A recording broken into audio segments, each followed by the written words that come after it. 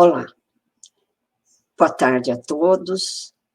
Eu queria dizer que eu estou muito honrada com esse convite de participar da formação de vocês, esse programa de formação de ativistas e agentes sociais pelo direito à cidade, e organizado pelo LabURB, da Escola de Arquitetura da Universidade Federal de Minas Gerais, com o apoio de muitas entidades, entre as quais o Fórum Nacional de Reforma Urbana.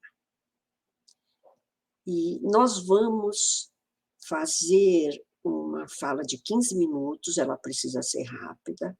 Eu estou um pouco ansiosa porque eu quero mencionar muitas coisas a vocês. Vocês têm um papel muito importante nesse novo ciclo de construção, de reconstrução, na verdade, da democracia no Brasil. E eu quero começar falando de algumas poucas questões conceituais, não é? Como, por exemplo, uma oposição básica que existe na cidade, que divide a cidade entre trabalhadores e capitais ligados à produção da cidade.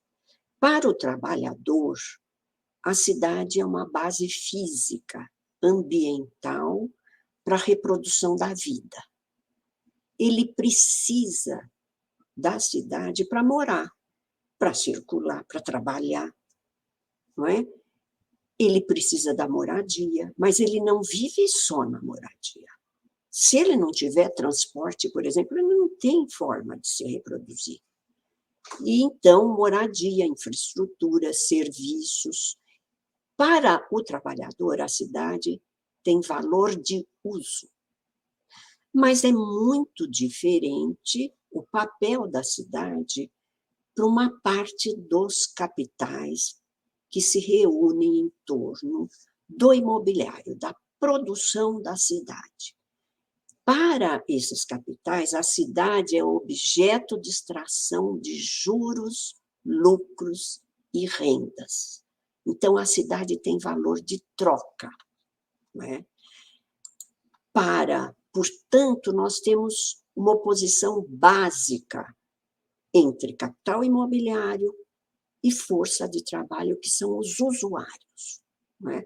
O capital imobiliário é composto de proprietários fundiários, proprietários de terra e de imóveis, do promotor imobiliário, do construtor e do financiador. Isso é muito importante. O financiamento das edificações, em especial da moradia, ele vem desde o início do processo de industrialização. A classe trabalhadora, sem financiamento, ela não consegue comprar uma moradia, é uma mercadoria muito cara, não é? E é muito importante que a gente reconheça a importância da propriedade formal da terra nesse processo de produção da cidade, não é? A propriedade formal da terra no Brasil, nós vamos falar sobre o nó da terra, ela foi sempre impossibilitada no campo e na cidade, não é? Pela maior parte da nossa população e, certamente, a classe trabalhadora. E isso implica também na exclusão do direito à cidade. É muito fácil perceber o que significa a posse formal da terra. Não necessariamente precisa ser a propriedade privada. O acesso à terra através da posse, ou da terra e dos imóveis, ou o acesso através do aluguel, não é? Mas é muito importante reconhecer que essa posse formal, numa sociedade como a brasileira, ela sempre foi proibitiva para a maior parte da nossa população. E o preço da moradia, ele varia de acordo com a localização na cidade. Por quê? Porque o preço da moradia tem a ver com as condições de urbanização, tem a ver com as condições de vida urbana. E tem a ver, o preço da moradia, o preço da terra, tem a ver com investimento público. Cada investimento público sobre determinado bairro, determinadas quadras, ruas, região, muda o preço dos imóveis e da terra. E isso institui uma disputa surda, desconhecida, sobre o investimento público nas cidades. O investimento público traz valorização da terra e dos imóveis. A mudança na legislação também traz. Daí essa disputa grande pela legislação. A mudança na legislação muda o preço da terra. Uma terra que é rural, quando ela passa a ser urbana por uma penada da Câmara Municipal, com a ampliação do perímetro urbano, ela muda de preço. Então, os proprietários de terra e de imóveis, eles capturam essa valorização, essa renda imobiliária, com o aumento do preço dos imóveis. Esse é o grande negócio das cidades. Isso é o que cada liderança social precisa saber. A cidade é um grande negócio. E a disputa pela cidade é a disputa pela captura da renda imobiliária. E mais forte durante a globalização financeirizada. Bom, esse era um elemento inicial, conceitual, que eu queria trazer a vocês. A cidade é um grande negócio, a cidade é um território de disputa, o investimento público e privado também são disputados fortemente porque eles mudam o preço da terra e dos imóveis. E excluídos disso tudo, fica a maior parte da nossa população, que é excluída da cidade, essa cidade formal, essa cidade do mercado. Não é? Vamos falar um pouco sobre as raízes dessa exclusão. 388 anos de escravidão. Olha, o Brasil tem 520 anos de vida.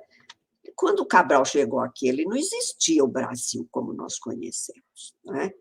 Mas são séculos em que a força de trabalho foi escrava. 322 anos como colônia de Portugal, lembre-se do genocídio dos indígenas, não é? Mais de 400 anos sobre hegemonia agrário-exportadora. E a nossa sociedade é há muito pouco tempo predominantemente urbana, apenas 60 anos, não é?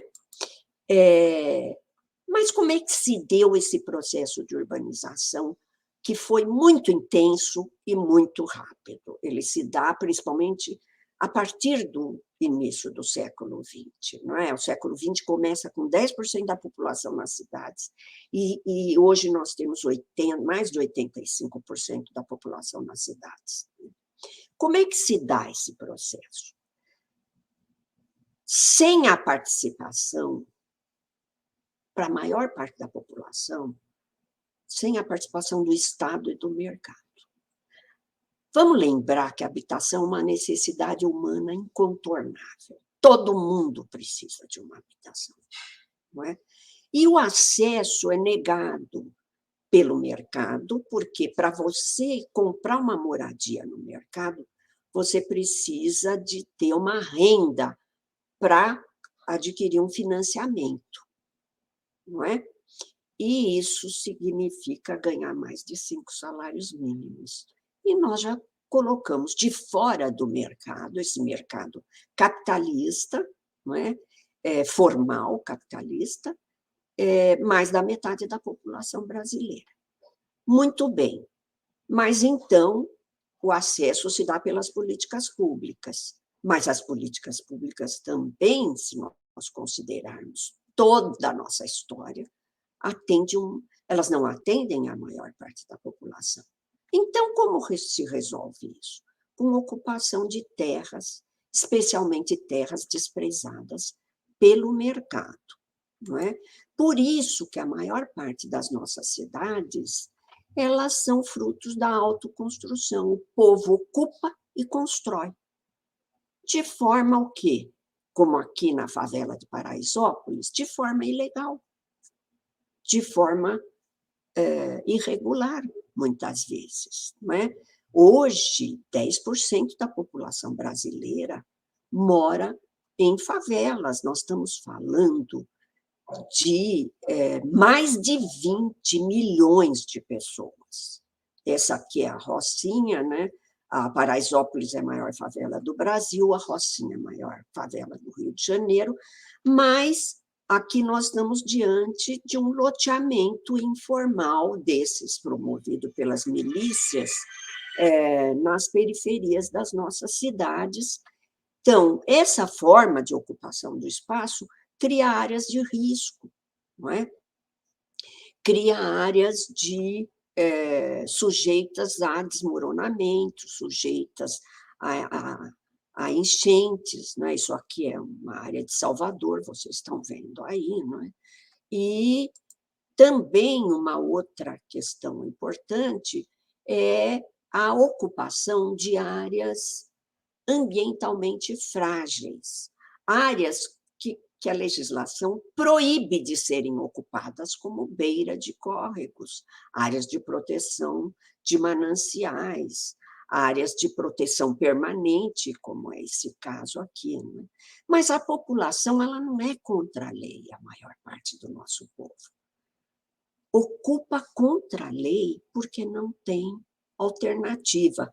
E como mais de 100 milhões de pessoas no Brasil não têm acesso ao esgoto, nós temos aí uma verdadeira fábrica de poluição dos nossos córregos, rios e até praias, não é? Com o esgoto não coletado e não tratado, não é? O que é importante constatar desse processo de falta de alternativas, não é? De você, especialmente de terras urbanizadas, de terras adequadas para a ocupação, uma ocupação formal que segue a legislação, os planos diretores, a legislação urbanística, é uma cidade insustentável do ponto de vista ambiental e do ponto de vista social e econômico. Não é? Mas qual é a conclusão que eu quero tirar desse primeiro tópico aqui que nós estamos mostrando? Né? Que não é a norma legal, mas a lei de mercado que define o uso e ocupação do solo. Os urbanistas gostam de discutir plano diretor, legislação de uso e ocupação do solo, detalhes de legislação. Mas nós percebemos que o que sobra para grande parte da população é aquilo que não interessa ao mercado, porque a lei, as terras e imóveis que interessam ao mercado, aí é muito difícil de haver essa ocupação informal. Né? E o que sobra para a ocupação da maior parte da população que não tem acesso ao mercado, nem às políticas públicas, são as áreas ambientalmente frágeis, onde a ocupação é proibida por lei. Né? Então, essa ocupação informal é resultado da falta de alternativas. E, no entanto, nós temos tantos despejos coletivos em que essa população que é vítima acaba sendo acaba sendo criminalizada. Isso é muito comum no campo e isso é muito comum na cidade, como nós estamos vendo aí com a campanha vitoriosa até esse momento, Despejo Zero. não é? Nós estamos segurando com uma DPF do Supremo o despejo de mais de 500 mil pessoas no Brasil, que estão sendo despejadas de terras onde elas não possuem a propriedade formal, a posse formal da terra. Bom, vamos falar, nesse segundo momento, de um momento em que os movimentos sociais construíram um ciclo bem-sucedido das prefeituras democráticas e populares. Durante a década de 70, na luta contra a ditadura, houve uma coalizão do movimento operário, através dos sindicatos, não é? Dos movimentos sociais urbanos, mulheres que lutavam por creche, lutavam contra a carestia, lutavam pelo transporte, não é? Lutavam pela escola para as crianças próximas, né? E também com a participação da universidade, que faz uma nova leitura desse processo de urbanização, com as comunidades eclesiais de base da Igreja Católica, nós tivemos um momento de retomada da democracia no Brasil e de construção de um programa de reforma urbana que chegou às prefeituras, chamadas prefeituras democráticas e populares. Essa população, esses movimentos sociais, movimento operário, que lutavam contra um Estado ditatorial, começaram a participar de eleições e a ganhar eleições, e nós elegemos, nesse período, prefeitos, vereadores, oriundos dos movimentos sociais. Mas continuamos a participar com muita capilaridade nos bairros da cidade, nas igrejas, nas escolas. A força do povo vinha dessa participação democrática presente em toda a periferia urbana. Quais foram as grandes conquistas das prefeituras democráticas e populares? O orçamento participativo. O povo, em assembleia, decidia onde investir o dinheiro público, minha gente. Isso faz toda a diferença na vida do povo de uma cidade, porque os lobbies estão muito fortes e muito presentes sobre o orçamento público. Nós estamos vendo o que o Centrão está fazendo hoje no governo federal, em nível federal, mas também em nível municipal, estadual. É desse período a urbanização das periferias, das áreas precárias, das favelas. É desse período a produção de habitação social com assistência técnica e autogestão. É desse período os corredores de ônibus, o bilhete único, a tarifa social, a tarifa zero. É desse período os CIEPs e os CELS, os centros de educação integrada para as crianças e para os adolescentes, e os conselhos participativos. Vamos passar muito rapidamente algumas imagens que mostram a qualidade da moradia, isso aqui na cidade de São Paulo, onde eu fui secretária de Habitação e Desenvolvimento Urbano. Aqui vocês podem notar o que era um centro de educação unificada na periferia da cidade, com piscina, com teatro, com cinema, com quadras esportivas, dando outra condição para o desenvolvimento da potencialidade das nossas crianças e jovens, não é? E aqui vocês notem o que é um corredor de ônibus, o que é a prioridade do transporte coletivo e não do transporte individual. Poderíamos ficar falando muito tempo, mas eu estou aqui, eu preciso já caminhar para a parte final aqui do meu papo, não é? E mas nós conquistamos, além das prefeituras democráticas, nos anos 80, nos anos 90, nós tivemos progressos significativos no que se refere especialmente a um arcabouço legal voltado para as cidades, não é? E, em especial, conquistamos na Constituição Federal um capítulo de política urbana com o direito, com a função social da propriedade da cidade, conquistamos o Estatuto da Cidade, criamos o Ministério das Cidades em 2003, as Conferências Nacionais das Cidades. Eu não vou conseguir ler tudo o que nós conquistamos nesse período, muitos planos diretores participativos. Não é por falta de planos nem de leis que nós tivemos uma orientação que acabou não resolvendo a extravagante desigualdade urbana que nós temos na sociedade brasileira, mas que se refletem especialmente nas cidades, não é? Nós temos que reconhecer que a conquista extraordinária da presidência da República por um operário numa sociedade tão conservadora não foi pouca coisa. Não é? E o que esse período do lulismo do presidente Lula e da presidente Dilma trouxeram para a sociedade brasileira foi excepcional, né? Com muito reconhecimento internacional.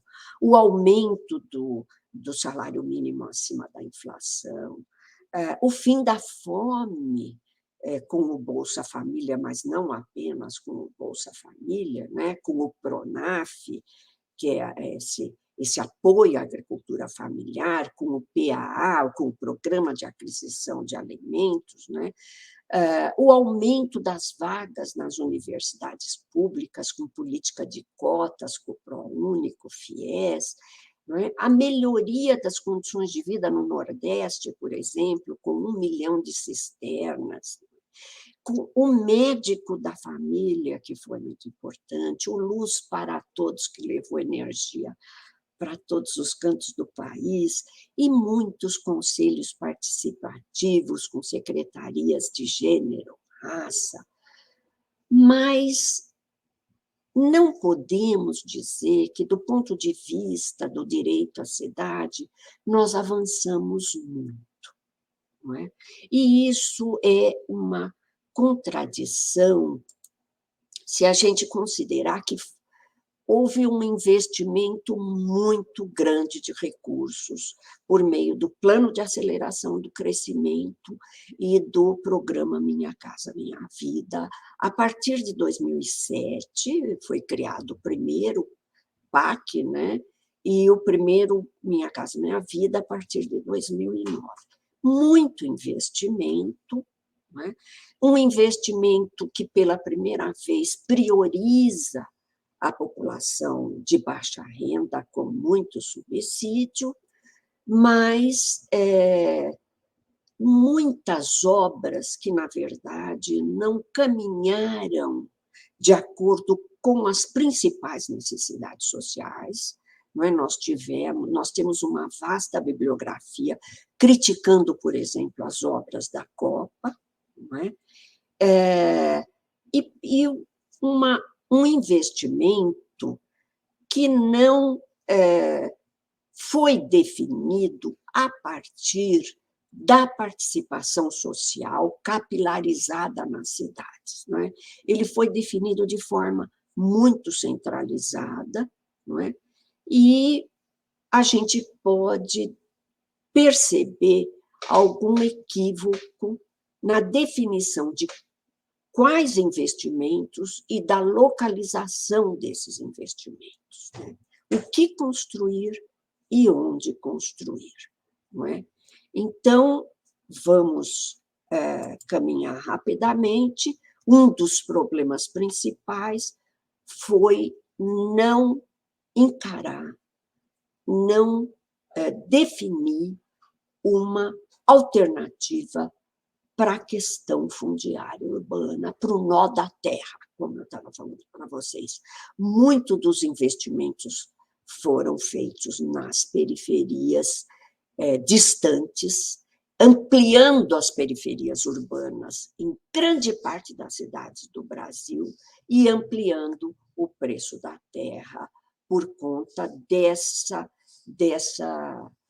processo de urbanização disperso, ampliando também o preço do processo de urbanização.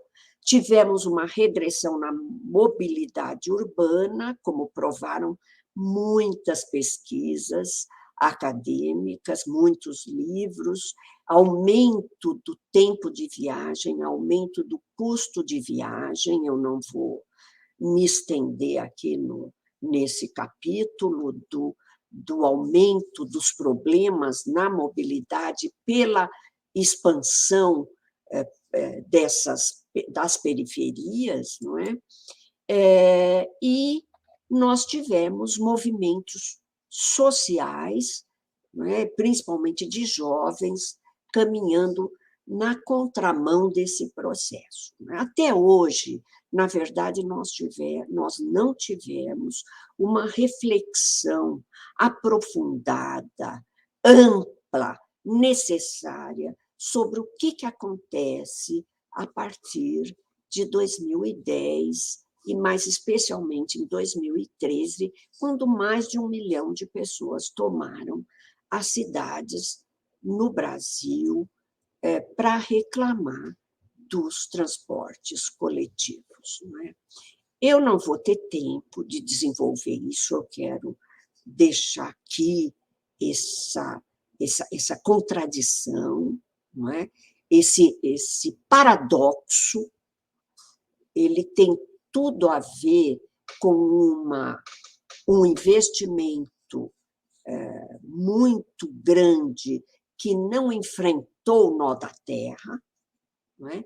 Mas ele tem a ver com o movimento internacional da globalização neoliberal, que tem a ver também com um novo imperialismo, uma nova forma de dependência que pretende subordinar, que está conseguindo subordinar os países da periferia do capitalismo. Muito da crítica da análise que nós temos que fazer desse período tem que levar em conta questões internas, né? Nós saímos do chão das cidades, da capilaridade nos bairros, os partidos, os movimentos sociais, não estão mais como estavam nos anos 80, presente em cada poro das cidades brasileiras. Nós vamos ter que reconstruir essa presença organizada, essa presença capilarizada nas nossas cidades.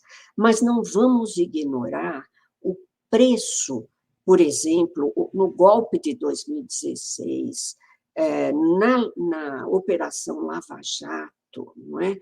Na eleição de Bolsonaro de 2018, a presença de forças externas no país, inclusive no domínio dessa nova tecnologia das redes sociais.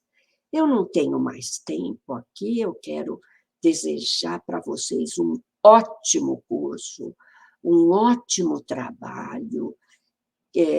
Nós achamos que essa nova geração ela tem uma responsabilidade à qual ela está correspondendo, as lutas contra o racismo. Elas estão cada vez mais fortes numa sociedade em que mais da metade da população é preta ou parda. Não é? A luta de gênero das mulheres, que não é nem centenária como a luta antirracista, ela é milenar, a luta pela igualdade de gênero. Não é? Então, e também a juventude por meio da cultura que está se mostrando tão inovadora. Contra a predação social e ambiental, repensar o Brasil, repensar as cidades, elaborar um projeto para o Brasil, é o que nós desejamos no BR Cidades. E, finalizando, quero convidar vocês para a Conferência Nacional pelo Direito à Cidade, que mais de 400 entidades estão promovendo, e ela se dará em junho desse ano. Vamos elaborar um projeto para as cidades do Brasil, dentro do projeto de nação. Muito obrigada. Vixe, passei do tempo, com certeza. Bastante. Quanto? Meia hora. Deu meia hora de gravação. Ah, eu achei que você ia me cutucar se você...